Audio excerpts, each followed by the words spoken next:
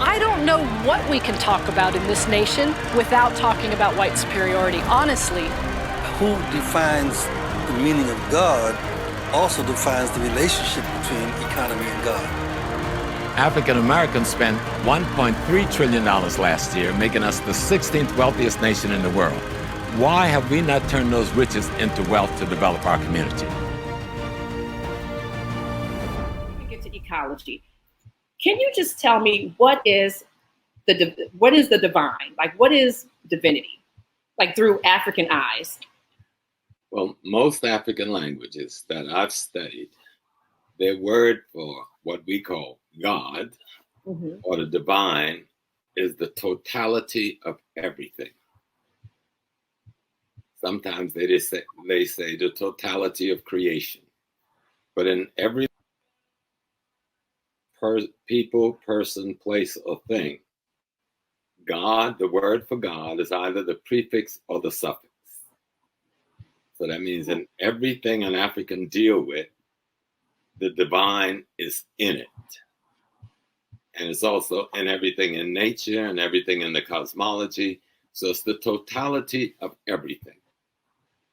And we are part of that totality. You know, we're like a miniature universe, you know. And so everything that's contained in the universe, including all of its possibilities, is also contained in us.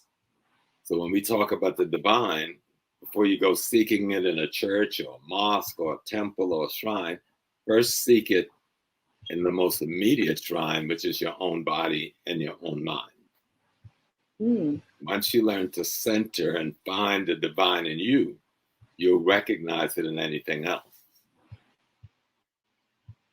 So, okay, that sounds like a lot. I mean, it sounds very, like it sounds kind of hard. I'm just going to put it out there. I guess, like, how do you find the divine in you? Do you need like someone to help you, or is there? I mean, like, just how do you do that? Well, the first thing is a word that we don't use a lot. It is obedience. Obedience to the teachings of your ancestors. Obedience to the teachings of your parents. Obedience to the teachings of your most ancient civilization, which means you've got to know your own history. You must know the history of the African American people. You must know the history of the African Caribbean people, the African South American people, the African American people. That history is the experiences of your ancestry, the good and the bad. And once you learn your history, you can begin to explore your own personal genealogy. Somebody said, well, my father drank, but he didn't tell you to drink, you know. He was always telling you the most important opposite, how not to do that. So the question even that we find in ancient Kemetic literature, and we saw was taken into Hebrew and Christian and Muslim literature, honor thy mother and thy father.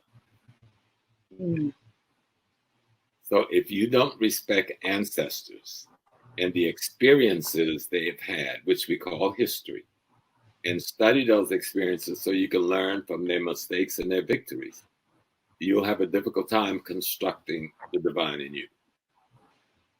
Every human being, everything that exists is an expression of an aspect of the total divinity, which is the totality of everything.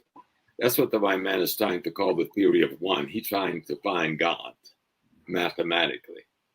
So he calls it the theory of one, but he's not been able to get there. He can't prove it because you can't prove it. You have to be it. See? Yeah.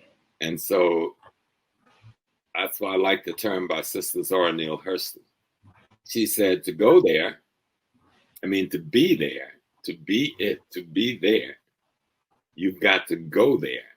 And to go there, you got to know there. So you can't be there unless you go there, but you can't go there unless you know there. So we're right back to studying the experiences of the ancestors, which we call our history. Your history is your ancestors instructing and informing you of how to build your now. And when you think of it, everything is one. Without yesterday, you know nothing. You can't speak. You don't even know what vision is. All the knowledge you have that you're using in today's world, in the present, comes from yesterday. And the minute you've formulated something in the present, you know, to become your future, you're designing in the presence, and everything you make in the presence of the thing you perceive as future. But as soon as you design them, they become the past again, to teach the next generation how to live in the presence by aspiring for the future. But it's all the same thing. It's all one. Muslims even have a prayer. It's called Bismillahir Rahmanir Rahim. Qul huwa Allahu ahad, Allahu samad, wa lam yulad, wa lam yulid, wa lam yakun lahu kufuwan ahad. It says, know that Allah is one, He begets, and knows He begotten. And it's a beautiful Muslim prayer. But if you go back to Kemet and study the prayer of Akhenaten, he has the same prayer.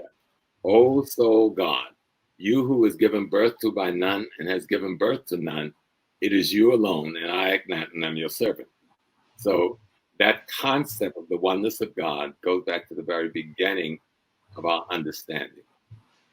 And when we study our history, like the pyramid texts and the book of the coming forth by day, it will tell you very plainly that when the cosmos and the nature, when the universe manifests as a human, it was a black woman. They call it the primordial woman, the primordial water, or the black waters of Nun. All right. And because only this feminine phenomena could then give birth to everything else. So studying history, so you can be informed by your ancestry, and then studying you. Because when your mom and dad gave birth to you, they gave birth to themselves. They had nothing else to give birth to. So you didn't drop out of the sky or brought in by a stork or nothing.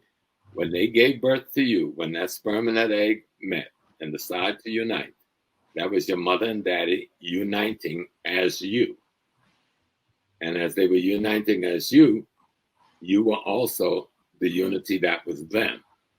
And when they gave birth to you, they gave birth to the only thing they could give birth to is themselves.